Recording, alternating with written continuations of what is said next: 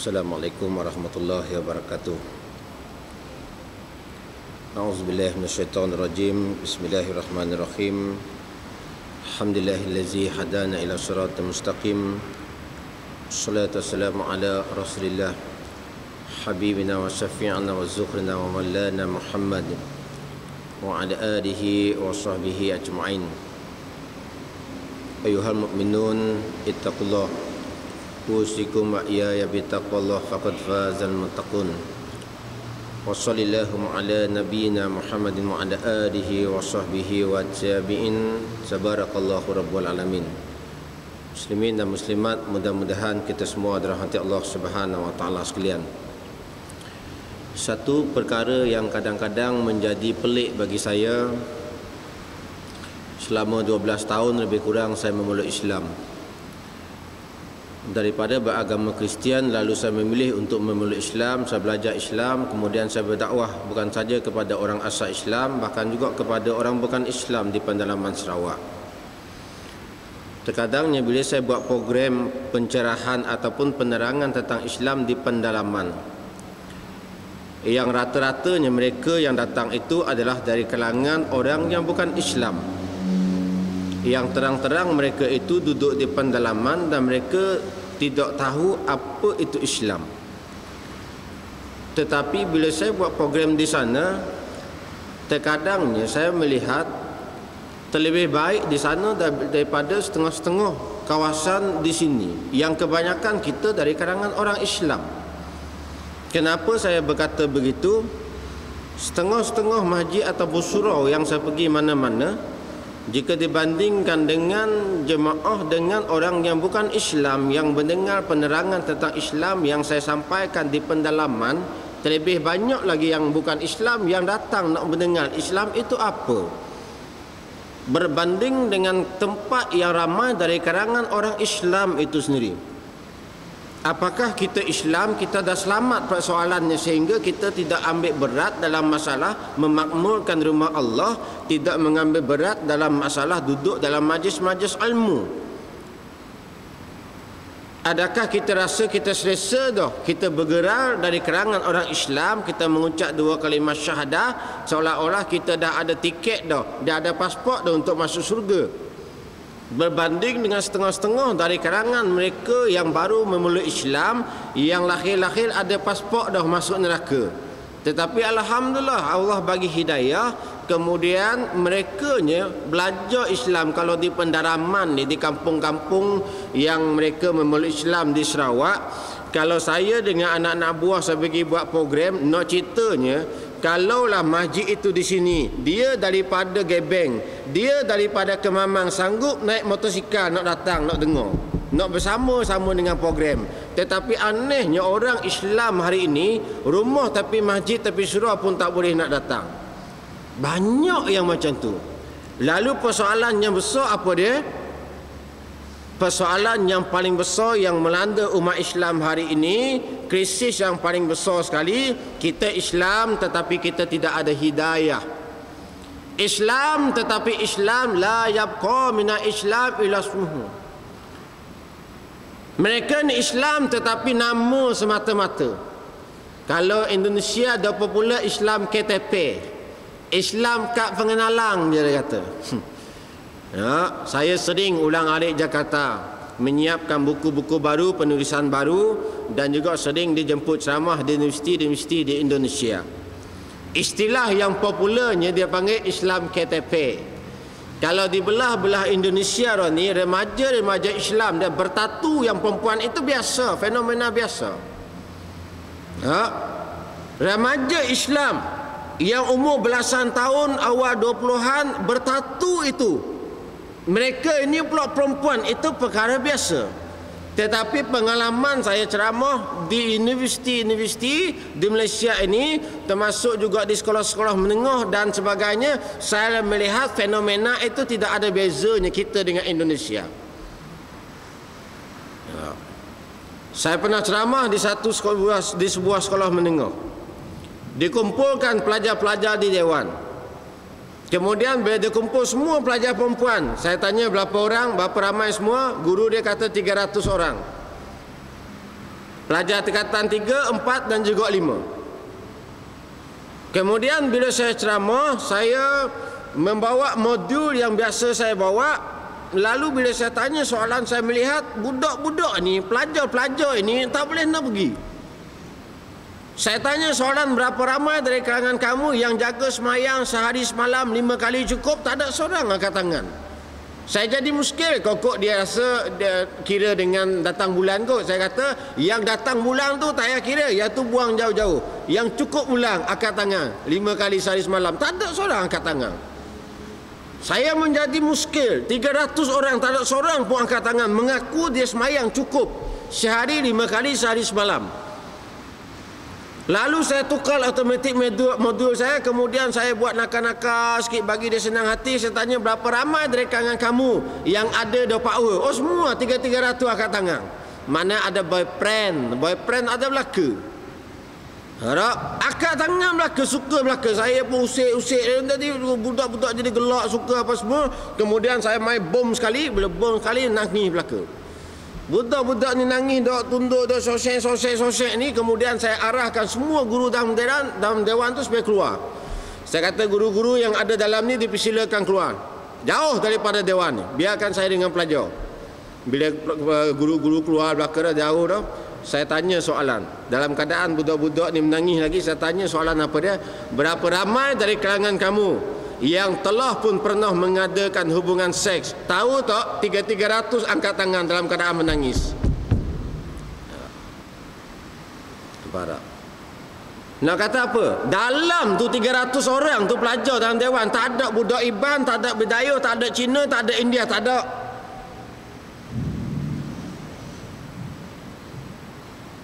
Apa punca dia jadi macam ni? Punca yang pertama sekali, apabila pendidikan itu meletakkan iaitu skor A itu tahap tertinggi. Setiap sekolah dia berlumba-lumba supaya pelajar dia dapat A. Ni buat macam-macam program supaya dapat A, supaya sekolah dia gah di dalam daerah. PPD dia rangka program ni supaya sekolah di bawah dia ni dapat peratusan A yang tinggi. Kemudian begitu juga dengan JPN. Dia buat macam tu supaya negeri dia hebat daripada negeri lain. Pelajar peratusan A dia tinggi. Sedangkan dalam kefahaman Islam, dalam masalah hidayah, dalam masalah amalan dan sebagainya, kita lupakan, kita letak A di depan. Allah turunkan bala kepada anak-anak sekolah ini. Macam inilah berlaku.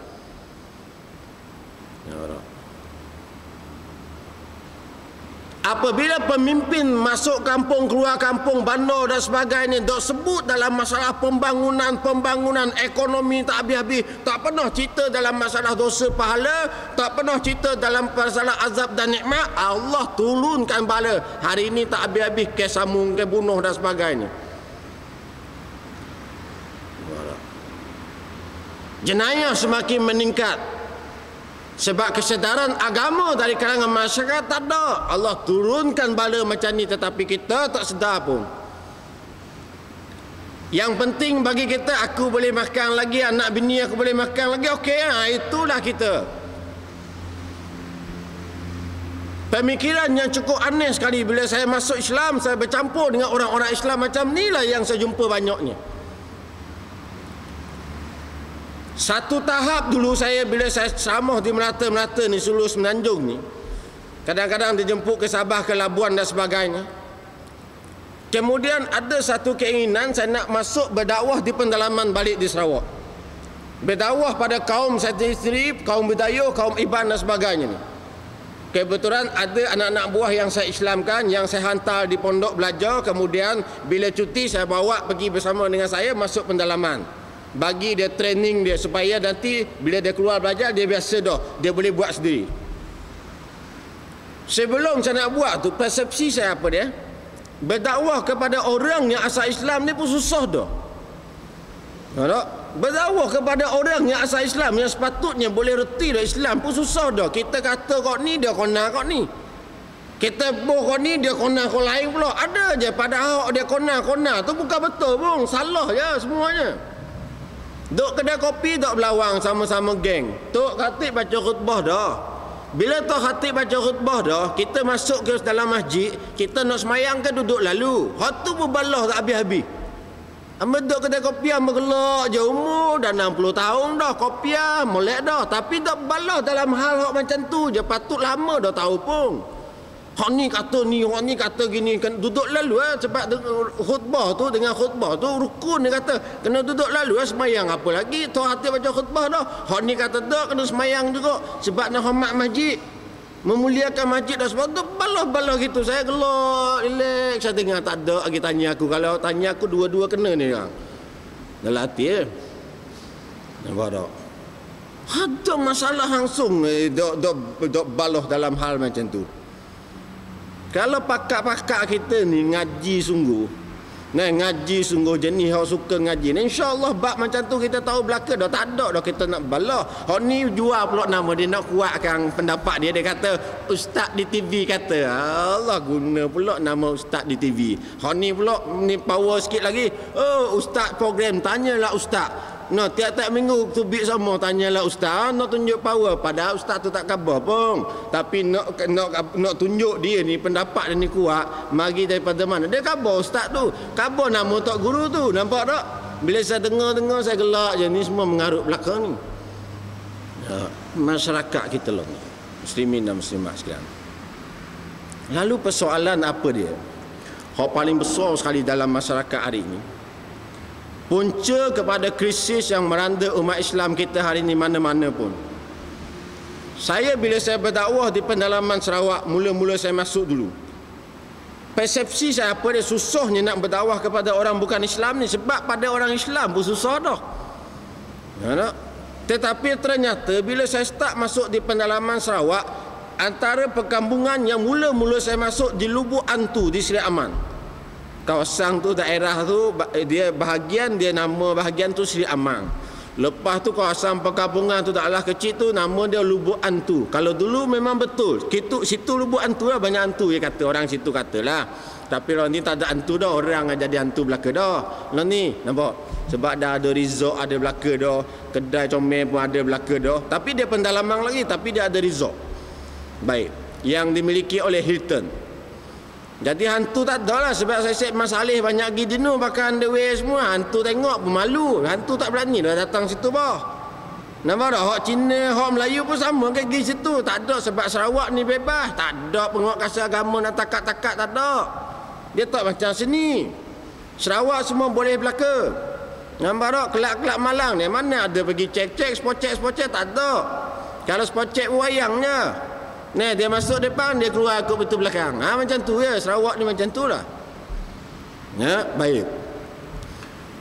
Kemudian bila saya start berdakwah kepada orang bukan Islam di pendalaman ni, ternyata tak ada payah mana rupanya. Persepsi saya salah. Saya buat program yang pertama, saya rangka macam mana saya nak tarik ni golongan-golongan ni, pendalaman. Nak perkenalkan Islam ni pada golongan-golongan pendalaman ni lagu mana? Lalu saya buat plan dulu. Pertama, program ziarah saja. Program ziarah ni saya pergi seorang je. Saya bagi relax, macam pakaian lebih kurang macam ni lah. Baju biasa, seluar pun seluar jeans, kasut biasa gitu. Pakai topi. Ni topi ni, topi apa-apa dah. Pakai masuk pendalaman, jumpa dengan tuai rumah dia, sampai rumah panjang. Jumpa dia punya tuai rumah ni, boleh tahu apa dia? Saya orang Kuching, bangsa Bidayuh. Tapi saya lama duduk di Semenanjung, dan saya kalau budaya Sarawak ni saya tak tahu. Saya datang sini ni tujuan saya nak belajar budaya sini. Saya cakap terang-terang macam tu. Saya minta dengan tuan rumah saya nak tidur 2-3 malam. Kalau ada yang pergi mancing, cari ikan dan sebagainya, saya nak ikut. Ada yang pergi kebun, pergi sawah dan sebagainya, pergi humor, saya nak ikut. Saya kata macam tu. Ada yang nak pergi memburu, tembak, saya nak ikut. Dan ikut betul lah, jangan kata nak ikut tidur pula sebanyak hari, jangan macam tu. Ikut sungguh lah. Kalau dia pikul apa ke daripada kebun bawa balik ke makcik tu, kita sibuk pergi minta angkat. Jangan kita dah tengok lilai goyang pula kita apa barang nak dakwah apa macam tu. Ada kawan daripada Besut. Bila saya cerita macam ni pengalaman berdakwah ni, suka dia, suka telefon kita 3-4 kali. Dok telefon kita ni, kita ingat dia telefon kita, dia nak ikut. Dia nak ikut pergi sana, ataupun kalau dia tak ikut pun dia bagi sumbangan sedikit belanja untuk nak dakwah sana. Jadi kita suka, lupa-rupanya tujuan dia telefon 3-4 kali, duduk telefon dia nak tanya kita cari mek seorang dina boleh hak mualaf hak betul-betul. Itu aku menyampah sungguh tu. Nampak tak? Ni orang kata ni ada udang di sebalik mi ni. Nak telefon kita bukan main, lepas tu tanya ada mek ada ni, cari seorang. Lepas tu kita kata janda ada. Memang janda ada. Hak masuk Islam lepas tu cerai tu ada, memang ada. Kalau nak khabar. Tapi aku test dulu lah. Kalau nak khabar. Memang putih-putih comel. Kalau melanau comel daripada Cina Kuatang. Cina Kuatang ni out. Nak? Bila hamba khabar yang janda adalah anak 2 orang umur 35 tahun lagi, okey lagi. Beza dengan mu dah 40 lebih dah. Molek benar ah. Mu boleh bimbing dia. Dia kata apa dia? Tambah janda, hak dara ada, anak dara ada. Dia minta gitu pula. Tu aku sakit hati sungguh tu. Yang kita yang ulang-alik ni hak tidur dalam rumah panjang tu berapa malam, kadang-kadang seminggu 2 minggu pun tak terfikir nak ambil anak dara hak masuk Islam tu buat bini kita. Hak dia tak pernah pergi pun, main telefon je. Dia pula nak. Aku betul-betul tak kenal. Minta maaf lah. Walaupun sahabat tu ustaz, saya potong lalu. Kawan tu ustaz, saya potong terus. Nampak? Dia ingat hak mu'alaf ni hak masuk Islam, hak comel-comel ni, dia ingat jenis-jenis macam tu, senang-senang je nak ni. Nampak tak? Saya 12 tahun dah masuk Islam. Dah Islam kan 33 individu. Hak budak perempuan masuk Islam kan berapa ramai dah. Kalau nak ambil satu, dia tweet satu, tu buat mek boleh jadi dah, tak ada apa-apa dah. Tapi dah terfikir lagi. Sebab hak ada pun jarang balik rumah. Nampak tak? Hak ada dah pun jarang balik rumah dah. Nak tambah pula. Lagu mana? Baik, rupa-rupanya yang pertama program ziarah masuk dengan sekadar nak berkenalannya, nak ta'aruf je dengan orang situ dulu. Tetapi jangan saja-saja masuk dia kita perhati rumah panjang tu, tengok anak yang kecil ni berapa orang, buat catatan sikit. Hak umur sekian, daripada umur sekian berapa orang, kita buat catatan. Yang sekolah menengah ada berapa orang, yang habis sekolah dah tunggu ini dan sebagainya ada berapa orang. Baik, datang sekali lagi saya bawa baju, beli baju untuk anak-anak yang kecil. Sekurang-kurang seorang 2 pasang saya beli. Kalau di Sarawak tu harga RM16, RM17 satu pasang tu, comel dah baju. Comel dah baju-baju dia. Kemudian beli buku-buku, alat tulis sikit, kemudian beli buku-buku cerita dan sebagainya, beli biskut-biskut ke apa semua, bawa masuk ke pedalaman tadi ke rumah panjang tu, buat program dengan anak-anak ni. Kita buat program pelajaran sikit, buat ni tayangan dan sebagainya. Siapa yang ni kita bagi hadiah, kita bagi makan dan sebagainya. Kali pertama. Lepas tu masuk lagi buat pula program dengan yang ni pula, yang atas sikit lagi daripada itu, yang sekolah menengah dan sebagainya. Sehingga kan satu tahap bila selalu masuk, tuai rumah tu kata apa dia? Tuai rumah tu kalau kita sebulan kita tak dapat nak pergi situ, kebetulan kadang-kadang ambilnya sibuk, sebulan tak datang, tuai rumah ni telefon ni. Dia kata anak-anak buah telefon tanya ustaz bila nak datang sini, mana rindu. Walaupun dia tahu kita Islam, dia tu Kristian, kuat Kristian, dia tu tak ada agama. Tetapi kerana kita datang, kita buat program bersama dia, dia terasa dihargai. Nampak ada rasa pertalian. Kemudian bila pergi lagi, datang lagi, buat program dengan mak-mak pula. Buat program dengan mak-mak, dengan pok pula, program kekeluargaan. Kita bagi tips macam mana nak didik anak, nak bagi anak belajar macam ni dan sebagainya, yang membuatkan orang di rumah panjang tu selesa dengan kedatangan kita. Sampai satu tahap tuai rumah ni dia kata pada ustaz, kalau ustaz Islamkan anak buah saya di rumah panjang ni, dipersilakan, cuma saya minta ustaz bimbing supaya dia tu menjadi manusia. Memanglah kita bimbing jadi manusia, takkan jadi hantu. Nampak tak? Tetapi ayat je lah, ayat dia supaya bimbing dia jadi baik-baik, orang yang baik. Baik, yang pertama. Kemudian dia kata, ustaz saya ni tuai rumah, saya nak masuk Islam jauh sekali, tetapi start daripada hari ini dia kata, walaupun saya tak masuk Islam, saya tidak akan hina Islam sama sekali pun. Nampak tak? Ini antara kata-kata keluar daripada mulut tuai-tuai rumah.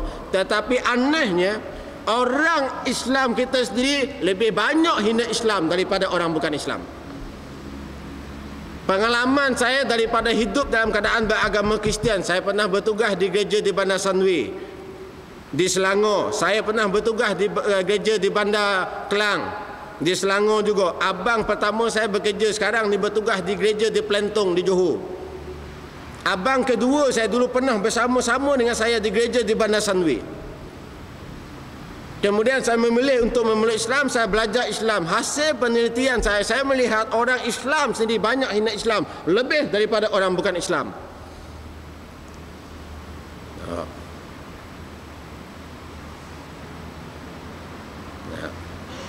Berapa banyak hari ini yang mempertikai, sedangkan bila Nabi sebut zaqa ta'mal iman man radiya billahi rabba, antara tanda kemanisan iman pada seseorang itu dia kena redha bertuhankan Allah Ta'ala.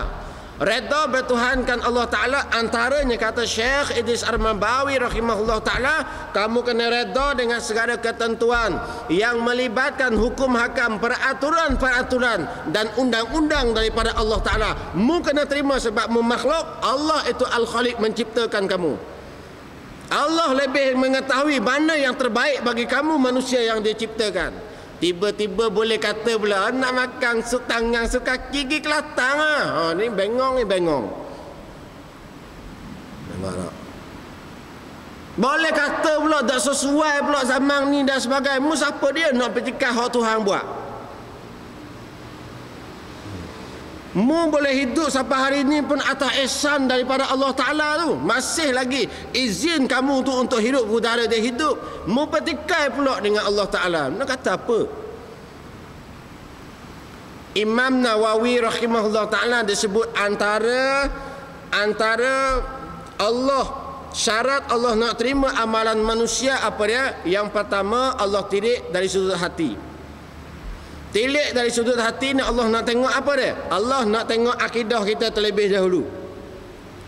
Kalau akidah kita ni terlibat dalam masalah syirik dengan Allah Ta'ala, mempertikaikan undang-undang daripada Allah Ta'ala, mempertikaikan hukum hakam daripada Allah Ta'ala, dalam erti kata tidak reda dengan ketentuan Allah, maka di ketika awal-awal lagi Tuhan tak terima doa amalan yang kita buat atas muka dunia. Musmayang berpuluh tahun pun jadi tok imam pun tak ada dapat apa. Saya pernah duduk di Kuala Kerau masa saya praktikal mengajar di sekolah menengah agama Arab di Kuala Kerau, Pekan Kuala Kerau. Temeluh lah, tengah-tengah Temeluh Jerantut. Masjid Felda Jenderal Selatan ni, bila malam pasal malam dengan Tok Bilal dengan Tok Imam hilang semua, tak ada. Tiap-tiap minggu malam pasal malam Tok Imam Tok Bilal memang tak ada. Hak jadi mangsa jadi imam aku lah. Padahal masa tu aku baru masuk Islam lagi. Hak orang lama, hak orang kampung tu, orang Felda tu, hak tua-tua tak berani belakang naik duduk sebelah aku. Nah, bila dia kena semua je Tok Imam, kita pun jadi muskil juga. Tanya dah tu mana Tok Imam Tok Bilal. Dia kata kalau cikgu, masa tu panggil cikgu lah, orang sana panggil saya cikgu. Kalau cikgu nak tahu gimana, cikgu pergi Pekan Kuala Kerau pasal malam, dia kata. Di situ lah, mesti ada, dia kata. Sungguh saya pergi naik motor gitu. Memang sungguh dia duduk kedai kopi situ, dia lepak situ. Geng-geng Tok Imam, geng-geng Tok Bilal dia. Saya tak puas hati pula. Kemudian saya cerita dengan ayah angkat saya di Kuala Kerau ni. Dia kata apa dia? Dia kata kalau nak tahu Tok Imam tu malam-malam pukul 9 ke atas dia buat apa? Pergi ke Felda Jenderal Utara. Di situ ada tempat main bank. Sewa bank ni budak-budak. Dia jadi penyanyi. Dan Tok Imam lagu mana? Tu bukan Tok Imam, itu Tok Mamang. Nak buat lagu mana? Hak pilih dia atas jalan politik, atas jalan kabel politik. Hak tu dia boleh naik jadi Tok Imam. Padahal dia tak layak pun. Hak baru ni bulan lepas saya balik Kuala Kerau. Pergi ziarah keluarga angkat saya ni, lama sikit tak balik, jadi balik. Anak saya dok sibuk, kata balik rumah atuk Temeluh, dia kata okey baliklah. Kemudian kena pula hari Jumaat. Bila mari nak sembahyang Jumaat ni, tengok muka Tok Khatib tu, aku tak senang hati dah. Dok start lagi khutbah, tengok je dok senang hati dah, dok sedap hati dah. Nampak tak? Dan ternyata sungguhlah bila dia baca khutbah ni, dia bukan berkhutbah.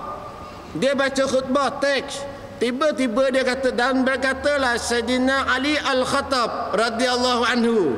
Sayyidina Ali Al-Khattab, alah bengong tunggulah Tok Khatib.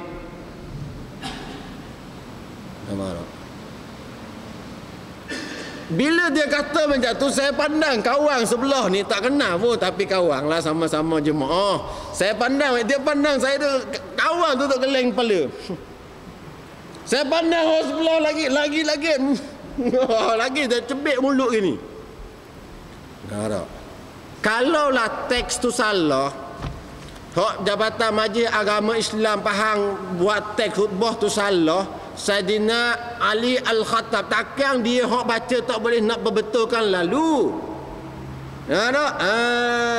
Itu jenis Tok Khatib mamang belaka. Mamang belaka lah, susahnya hak tu pun tak boleh nak beza. Itu yang hati ni bolak-balik. Aku nak semayang jemaah ke nak semayang zuhur ni? Semayang jemaah ke semayang zuhur? Tak apalah, saya daripada Terengganu kurang-kurang saya boleh jemaah kesal, tak ada apa. Macam-macam. Ni antaranya masyarakat kita hari ini, muslimin dan muslimat sekalian. Jangan main-main dalam masalah akidah. Saya sebut yang pertama, Allah nak terima amalan manusia, dia nak tengok akidah. Kalau banyak syirik dengan dia, dia akan tak, sekali-sekali Allah tak terima amalan. Berpuluh tahun kita semayang, kita puasa, apa pun kita buat, Tuhan tak terima mereka. Setiap hari Khamis, malaikat dia akan kumpulkan amalan kita ni sepanjang minggu ni, dibungkuskan, bawa naik menghadap Allah Ta'ala ke langit. Bila bawa naik, Allah dia cek. Yang pertama kata Imam Nawawi, tengok dari sudut akidah dulu.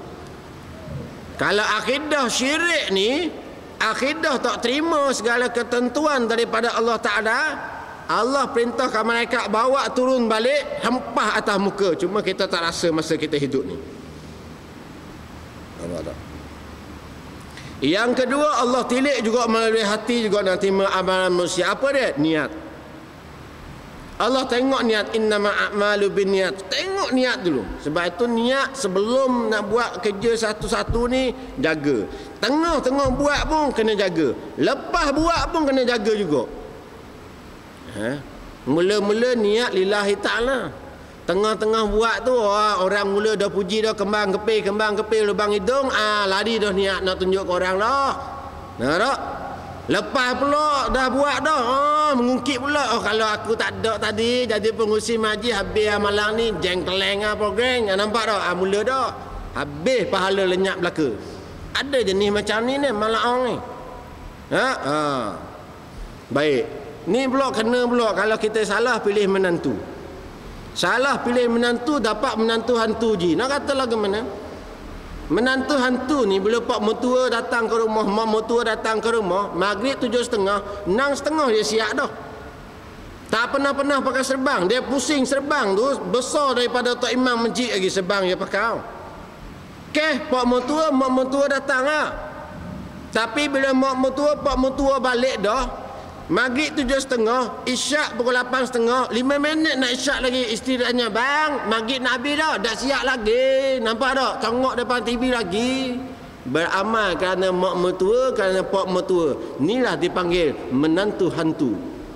Sebab apa dapat menantu hantu? Sebab mari-mari merisik tengok pakai kereta apa, tengok pakai handphone apa, tengok pakai ayat, jadi gitu.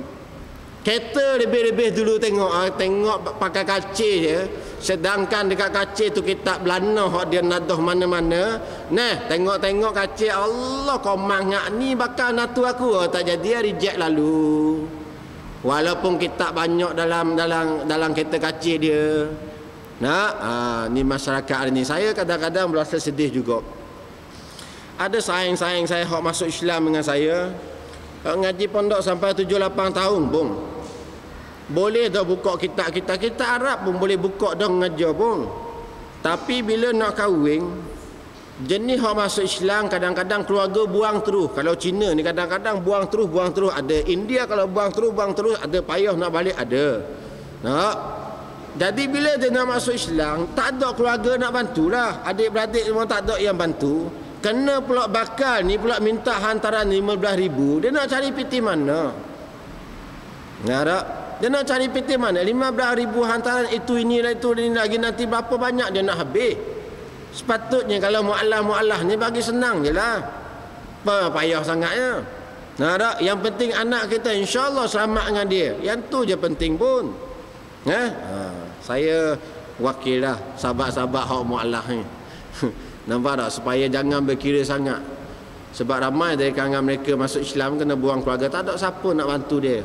Saudara-saudara mara tak ada siapa nak bantu. Dia baru nak mendirikan masjid. Nak bina keluarga, kita pula tekang-tekang macam tu pula. Dia tak jadilah, kasihan. Baik. Kemudian yang ketiga, Allah nak terima amalan manusia, Allah tengok ilmu. Al-ilmu imam amal, kata Imam Al-Ghazali rahimahullah ta'ala dalam Minhajul Abidin pun dia sebut gitu, dalam Ihya Ulumuddin pun dia sebut macam tu juga. Apa dia? Ilmu ini adalah pemimpin kepada amalan-amalan kita. Tak ada ilmu, kita ni beribadah ubadun juhal. Dia panggil ahli ibadah yang jahil semata-mata. Nampak? Ingat, orang alim na inna nauman ala alimin. Sesungguhnya tidur dari kalangan orang-orang yang alim khairun min salati ala jahli, adalah lebih baik daripada sembahyang dari kalangan orang-orang yang jahil. Orang alim ni dia tidur pun comel daripada orang jahil sembahyang. Nah, saya minta maaf lah kalau ada geng-geng sini ni. Saya kadang-kadang tertanya-tanya juga, rasa pelik juga. Lagu mana setengah-setengah daripada kita ni buat dapat itang kat dahi ni besar-besar? Mari mana? Ji, boleh tahu je. Saya muskil. Dah lama saya masuk Islam 12 tahun, bukan mu'allah lagi dah. Aku bukan mu'allah lagi dah. Nah. Saya tak muskil daripada mana ni kesan hitam ni, tapak hitam ni di dahi ni sampai 2 butir besar sebesar ibu jari ni. Kat sini mari daripada mana? Dia boleh lagu mana? Cuba cerita dengan saya. Kalau jawapan betul, insya-Allah boleh ikut saya pergi Jakarta. Ni, tiket sendiri lah. Aku belanja makan sampai sini. Ya tak? Agak-agak air mana besar? Kalau hak biasa kecil-kecil tu lain, ni besar. Besar-besar gini. Ya. Ada kisah.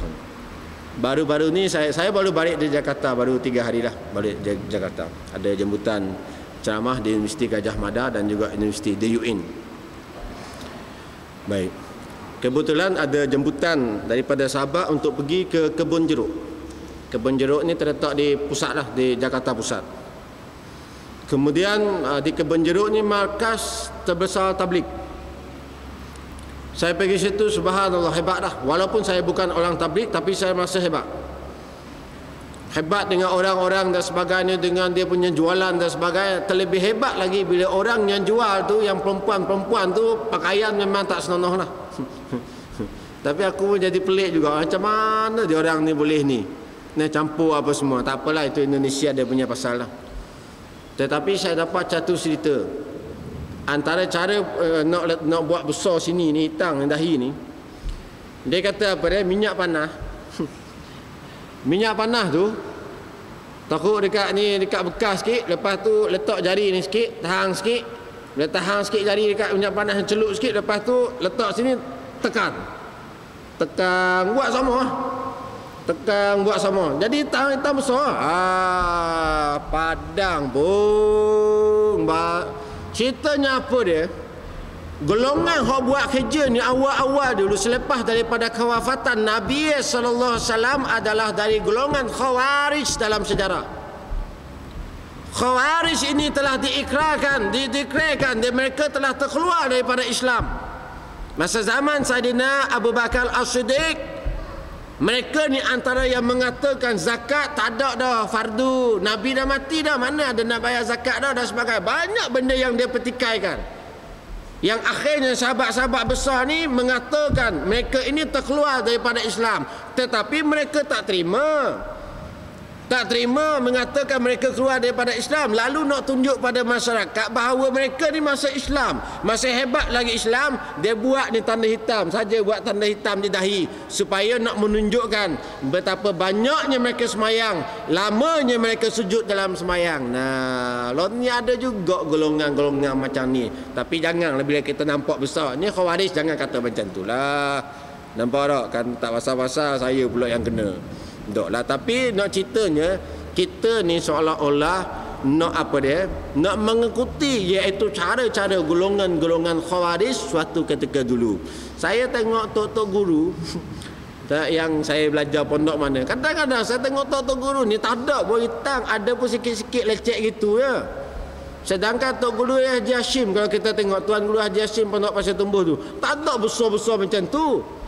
Anak murid dia ramai pula besar-besar macam tu. Ada seorang sahabat saya, orang Sabah. Dia masuk Islam awal sikit daripada saya. Bila mengaji di Pasir Tumbuh ni, kemudian dia mula ikut geng tabligh. Banyak keluar ikut tabligh dan sebagainya. 2-3 bulan tu saya tengok besar dah hitang ni. Macam tu lah tadi tu. Tekan minyak panas. Lepas ni pok boleh buat. InsyaAllah. Sekali lagi kalau saya datang bila-bila besar dua ni.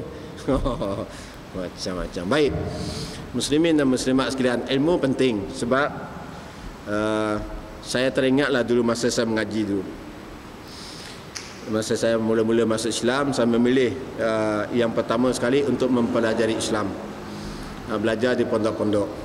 Sebab saya meletakkan ilmu inilah yang boleh mengangkat saya suatu hari nanti. Saya dah ingat gitu je. Masa tu ketika mana saya di Selangor, saya kerja sebelum saya masuk Islam pun gaji dah lumayan dah, 5,000 lebih sebulan ketika itu. Lalu saya meninggalkan pekerjaan dengan tujuan untuk masuk Islam di Kelantan dan belajar di Kelantan, belajar Islam di Kelantan masa tu. Kemudian antara susah payahnya saya belajar dulu. Cuma alhamdulillah Allah bagi kesabaran yang membuatkan saya berada di tempat seperti ini pada hari ini. Ketika mana saya belajar dulu, allowance hanya RM150 je sebulan. Allowance RM150. Bayar yuran pondok pun RM80 dah. Tinggallah RM70. Nak makan nanti apa? RM70 sebulan. Nak? Baik. Tetapi alhamdulillah boleh hidup, tak ada apa-apa. Boleh hidup ya. Biasanya makanan seharian saya dulu dengan sahabat-sahabat saya yang susah ni lah. Nasi putih 1 pinggan.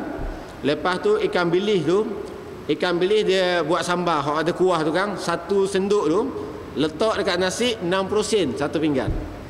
Dan orang ni pok ni dia jual dekat pondok tu, dia jual tu bukan nak cari keuntungan tak. Kalau nak kira-kira untung apa sangat 60 sen 1 pinggan nasi dengan 1 senduk ikan bilis, tak ada untung pun. Tapi dia jual dengan tujuan nak bagi makan dengan budak-budak pondok je, sayang dengan budak-budak pondok. 60 sen sepinggan ni makanan hari-hari ni, bertahun-tahun duduk di pondok.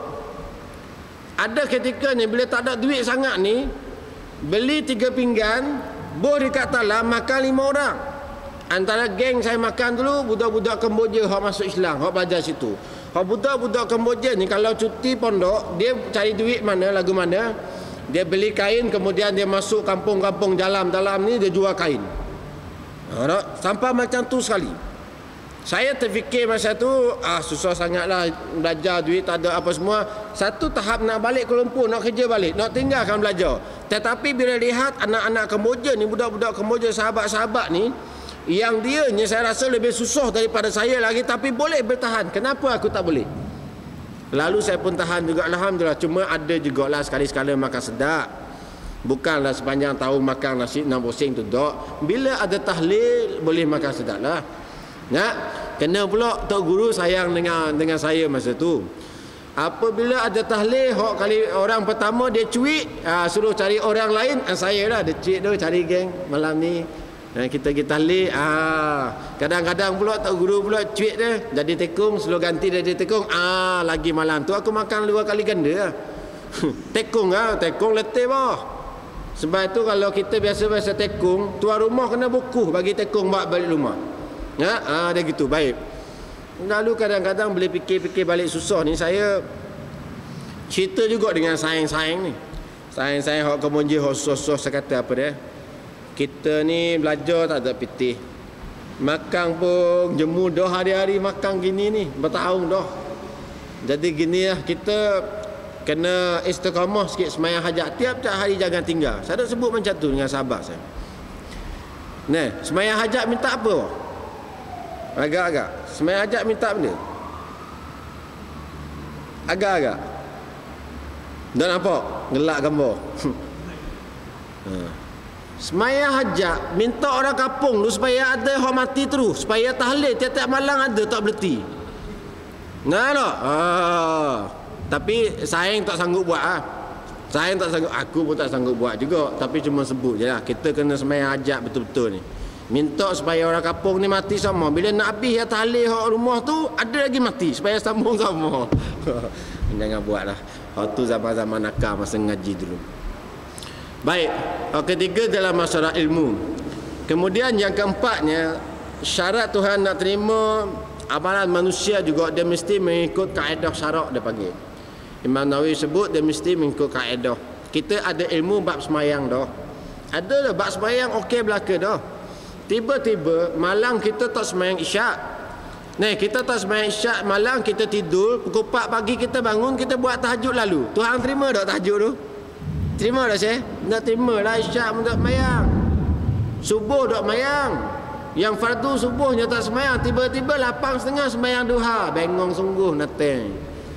Tak. Hak fardu tu dipelihara. Sebab itu Islam dia 3 perkara ni, ingat. Bukan satu pilihan.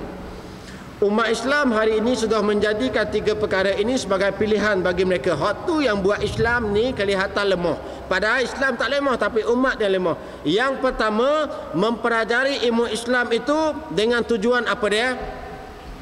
Belajar ilmu Islam ni dengan tujuan apa? Supaya kita kenal Islam, supaya kita ada kekuatan dengan Islam. Satu tujuan kita belajar Islam. Kalau kita tak kenal Islam, nak ada kekuatan Islam lagu mana pada diri kita?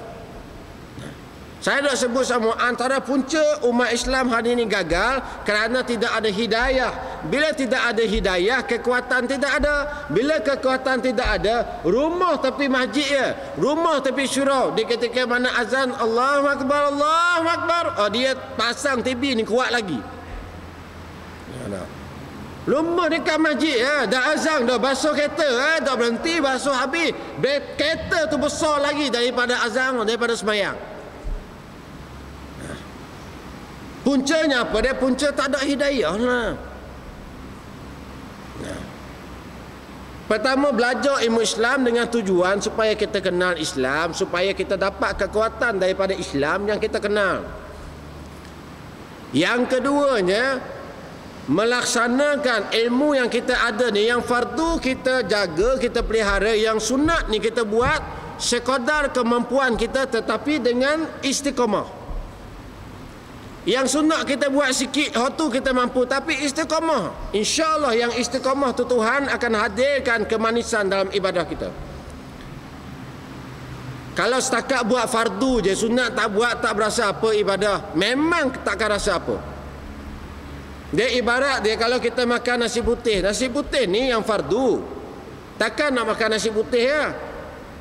Balik rumah, kabur dengan mek, mana nak makan ni? Mek pun bawa lah pinggang, bawa dengan nasi, satu pinggang letak situ. Lepas tu mek pun cabut. Kita pun tunggu lauk mana. Nak makan nasi putih saja kosong. Kita tak makan bawah. Tak makan. Mesti tunggu lauk kat mana pun tunggu lauk juga. Nak bagi sedap nasi putih. Macam tu juga dengan amalan. Hak fardu itu nak bagi sedap yang fardu, mestilah disertai dengan amalan-amalan sunat. Dia macam tu hukum dia. Dan bila kita boleh buat secara istiqamah, insyaAllah kemanisan itu dia akan ada. Sekali kita tinggal semayang sunat duha contohnya, kita rasa menyesal, kita rasa rugi sungguh. Di ketika itu maka terbitlah rasa kemanisan. Kalau kita tinggal rasa tak ada apa-apa biasa, iaitu belum lagi. Kemudian yang ketiga, sampaikan ilmu Islam ini dalam erti kata berdakwah sekadar kemampuan kita. Tak boleh duduk atas ni, duduk sembang-sembang dengan sahabat-sahabat kedai kopi, mai cilok bab agama sikit. Mula-mula tadi cerita bab ring kereta, cerita bab exhaust kereta, tetapi kita mai kona sikit masuk bab agama sikit. Alhamdulillah, walaupun kawan tu kata ustaz ni dia tepuk meja. Ustaz dia nak start ceramah dah, dia peli kita lah. Jawab dia balik. Orang tak suka dengar peringatan daripada Allah dan Rasul, syaitan je. Kata macam tu kan dia balik. Kalau saya kata macam tu, tobat aku. Nah, kita baru start nak bagi peringatan beragama, baru je masuk dia tiba-tiba dah telefon gini. Start ni buat ceramah pula. Nampak tak?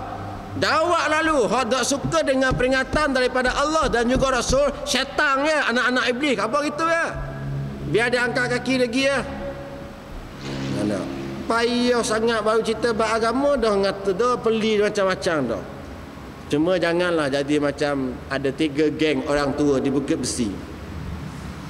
Bila saya ceramah dulu di Kuala Lumpur, Khamis malam Jumaatnya start driver lah. Lebih kurang lepas daripada kuliah maghrib, kemudian balik rumah makan-makan sikit, lebih kurang pukul 10 bawa kereta dah daripada rumah Pengadang Baru, Kuala Terengganu untuk ke Kuala Lumpur. Sebab pagi Jumaat start kuliah subuh dah di Kuala Lumpur, di Selangor baik gitulah. Kemudian pagi Jumaat nanti dengan khutbah Jumaat, kemudian habis pun Ali Ahad malam. Ali Ahad malam kuliah maghrib habis baru saya balik ke Terengganu balik. Biasanya tu. Jadi biasa saya berhenti di Bukit Besi kejap. Berhenti minum air kejap. Oleh kerana biasa berhenti situ dah, tiba-tiba orang-orang tua yang biasa ada situ bila saya berhenti dia kata apa dia? Main duduk sekali ya. Biasa main sini dah kan, duduk sekali ya, dia kata. Tak apalah. Jadi saya pun rasa malam ni ada geng aku. Jadi duduk sekali semeja. 3 orang pok ni umur 50-60 tahun. Orang tua pun 60 lebih dah. Lepas tu bila saya duduk tu, tak sampai 10 minit lah, terlintas di hati ni kata apa dia? Aku salah pilih geng dah malam ni. Baik aku duduk seorang tadi. Boleh baca? Dia cerita bila dia cerita bab ni hak surat khabar utusan hak dia baca atas meja tu, dia ulah balik. Dia tafsir balik sampai dia kata Cina ni, bangsa Cina, bangsa India seolah-olah bagi dia ni anjing binatang lah. Maknanya bagi dia bangsa lain ni selain daripada Melayu ni binatangnya. Bagi dia hak 3 orang. Dia silap, dia tengah cakap di depan orang Islam yang berbangsa Bidayuh. Dia ingat saya Melayu. Panah kau mai panah ni. Alhamdulillah Islam tu pakai kopiah pula, nak pergi ceramah pula. Kalau jumpa masa umur 20-an dulu memang siap. Saya lebih setengah tahun duduk di penjara Sungai Buloh, kes tikam budak Cina di Kelang tahun 97. Dan direman di Balai Polis Port Klang, lokap Balai Polis Pelabuhan Kelang sebelum dihantar ke penjara Sungai Buloh. Lebih setengah tahun saya kena tahan. Kes tikam pergaduhan di Kelang. Tikam budak Cina di kelab malam. Tak cukup dengan itu, ambil kepala hentak dekat lift lagi. Darah membuih di belakang. Saya tunggu polis datang, saya ulur tangan.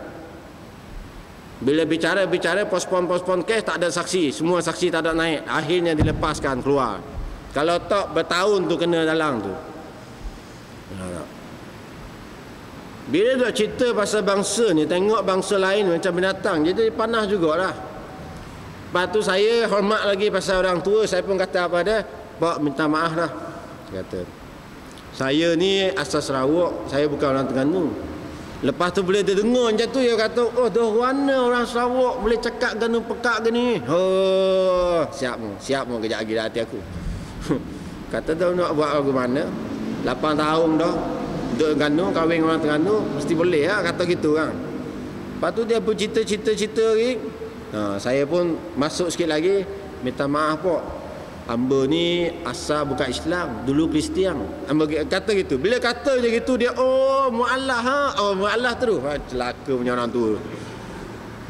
Dengar je masuk Islam mu'allah terus. Apek Cina tu 40 tahun dah masuk Islam, dia pergi surau dah panggil apek mu'allah. Hak tu apek tu tak datang terus surau. Nah tak? Panggillah Cina Muslim. Jangan panggil apek mu'allah. Hak India hak masuk Islam lama dah panggillah India Muslim. Panggil mamak pun tak ada apa-apa. Nampak tak? Jangan panggil kedai mamak. Kedai mamak aku berikut lama dah tak makan lah. Sebab apa? Bila makan je 10 minit mesti ceret. Makan je sekejap mesti ceret. Yang tu tak masuk terus tu. Tak? Kotor. Baik. Kemudian ceritanya apa dia? Bila dia kata, oh mualah lah, dia cerita bab agama ni macam kemarin baru aku masuk Islam ni. Ni kata ni Islam gini, Islam gini, Islam. Saya tak dengar je, perhati. Banyak yang salah daripada hak betul dia cakap. Dia kata ni parah ni. Kalau lama lagi aku sini ni, parah. Tulis ni kena angkat awal-awal ni. Lepas tu, bila saya bangun saya kata, Pok, hamba kena beransur dulu sebab besok pagi hamba kuliah subuh di Kuala Lumpur. Bila dia dengar sebut kuliah subuh di Kuala Lumpur, dia lain tu. Dia macam cengang tu. Maknanya salah lah. Salah tepat lah cerita bab Islam tadi tu. Nampak tak? Kemudian bila saya bangun salang-salang ni, kita hormatlah dia orang tua daripada kita. Kok mana pun tak ada apa-apa. Baik. Ada seorang tua ni yang paling banyak sekali cakap bab Islam dengan saya tu, kerana Islam kena buat gini mu masuk Islam dah, mu daripada bukan Islam sebab dia bangun tu saya tengok tu pakai seluar pendek. Ya Allah, natal ni dalam hati aku. Cerita bab Islam ni bukan main, bergegar ni meja ni. Tiba-tiba bangun tengok pakai seluar pendek je. Kalau budak muda aku lempang dah awal-awal dah. Inilah yang Nabi sebut lama dah, la yabqa minal Islam ila ismuhu. Tidak tinggal pada Islam itu satu saat nanti melainkan pada nama semata-mata. Baik. Saya rasa cukup sekadar itu, masa waktu dah. Ada soalan? Saya ada 2 buah buku yang saya tulis. Yang pertama Travelog Syahadah terbitan PTS, ini bestseller. Buku perjalanan saya mencari Islam sampai saya memulai Islam. 3 kali saya cuba untuk masuk Islam, gagal. Kali keempat baru saya dapat. Sepatutnya bila saya keluar daripada penjara, saya masuk Islam dah. Saya pergi ke pejabat agama dah, nak beritahu nak masuk Islam, tetapi layanan di sana membuatkan pintu hati saya tutup nak masuk Islam. Saya tak cerita pengalaman saya memeluk Islam, pengalaman saya mengislamkan orang yang kalian kalau dengar mesti terasa sangat Islam ni hebat. Sebab malam ni tak ramai, jadi saya tak nak cerita. Lain kali buat sekali lagi. Buat promosi sikit, insya-Allah saya cerita daripada A sampai Z. Ada dalam ni. Yang kedua, pengalaman saya belajar. Dan pengalaman saya bila saya disisihkan oleh keluarga, dibuang keluarga, macam mana saya nak tarik balik keluarga saya supaya boleh terima saya balik. Dan macam mana saya belajar dalam keadaan susah, insya-Allah ada dalam ni. Kalau anak-anak kita yang masih remaja tu baca ni, insya-Allah. Nombor telefon ada, biasa budak-budak universiti banyak yang SMS. Kadang-kadangnya ada budak-budak perempuan universiti pun bila SMS beritahu nak tobat dan sebagainya. Sampai ada satu budak di UiTM di Johor, dia pernah SMS beritahu dia dah pernah menggugurkan anak kandungan. Menggugurkan kandungan ni bukan 3 kali tapi 6 kali dah. 6 kali dah. Dia nak bertobat tapi dia tak ada kekuatan, dia tak ada orang yang bimbing dia. Tak cukup SMS, dia telefon ni. Dia telefon menangis-nangis ni. Dia beritahu dia nak bertobat sangat. Dia menangis-nangis. Ada. Saya waktu tu daripada Terengganu ni turun ke Johor ni jumpa dia. Kemudian beritahu syarat-syarat gini sentiasa akan bimbing. Termasuk juga sahabat saya seorang yang bekerja sebagai engineer di Petronas ni, Petronas Ketih. Balik daripada UK, isteri balik daripada Ireland, dua-dua jenis belajar overseas, memang tak ada nampak Islam lah hidup. Biasa Assalamualaikum ni tak ada, memang morning saja. Saya pergi ceramah di pejabat dia di Ketih, di Petronas Ketih sekali. Bila saya hentam, dia kata dia terpukul. Bila dia rasa dia terpukul, dia hubungi saya, dia kontak saya balik, dia bila boleh jumpa dengan ustaz ni, bila dan sebagainya. Akhirnya bila dapat jumpa lo ni, kalau saya kuliah mana-mana, kalau hujung minggu saya di Kelantan pun dia pergi, dia akan pergi. Saya kuliah di Kelantan baik dan sebagainya, kalau hujung minggu memang dia tak kerja, dia akan datang ikut. Dan alhamdulillah semalam dia SMS saya, dia kata setakat ini 2 bulan dah dia dengan saya, sekali je dia miss semayang subuh berjemaah. Hasil daripada nasihat saya kata, kalau nak berhijrah pertama, jaga semayang subuh. Kalau dapat jaga semayang subuh berjemaah, insya-Allah kekuatan lain akan ada. Ya, alhamdulillah. Tips ada dalam ni. Yang ni RM14, yang ni RM15. Buku ni saya jual dengan tujuan untuk dana, untuk bantu anak-anak buah yang saya Islamkan dan sedang belajar ni. InsyaAllah sedikit sumbangan itu daripada jualan buku ini, itu yang saya buat untuk tanggung anak-anak buah ni. Baik, insyaAllah ada soalan? Imam ada tak? Imam ada, imam. Tak ada imam lagi. Ha? Jadi kena imam lagi ya lepas ni. Nah, aku imam pendek nak balik ni. Nak balik ganu pula. Tak ada baik, segala ilmu ilham daripada Allah Ta'ala. Salah silap di saya sendiri saya sudahi dengan billahi taufiq wa hidayah. Wassalamualaikum warahmatullahi wabarakatuh. Bismillahirrahmanirrahim. Alhamdulillahirabbil alamin. Wassalatu wassalamu ala asrafil anbiya wal mursalin sayyidina Muhammadin wa ala alihi washabihi ajmain. Allahumma ja'alna minal qalil rabbana la taj'alna ma'al qaumiz zalimin. Ya Allah, ya Tuhan kami, hanya kepada Engkau kami mengadu akan segala kelemahannya daripada kami. Ya Allah, kurniakanlah kekuatan kepada kami untuk melakukan ketaatan kepada-Mu dan menjauhi akan segala larangan. Ya Allah, ya Allah, ya Tuhan kami, hanya kepada Engkau kami mengadu akan segala kekurangan daripada kami. Ya Allah, kurniakanlah kelebihan kepada kami dan segala ilmu agama-Mu dan segala ilmu manfaat bagi diri kami dan sekalian manusia atas muka bumi. Ya Allah, Rabbana atina fid dunya hasanah wa fil akhirati hasanah wa qina azabannar. Irhamna ya arhamar rahimin. Wa sallallahu ala sayyidina Muhammad wa ala alihi wa sahbihi wasallam. Walhamdulillahirabbil alamin.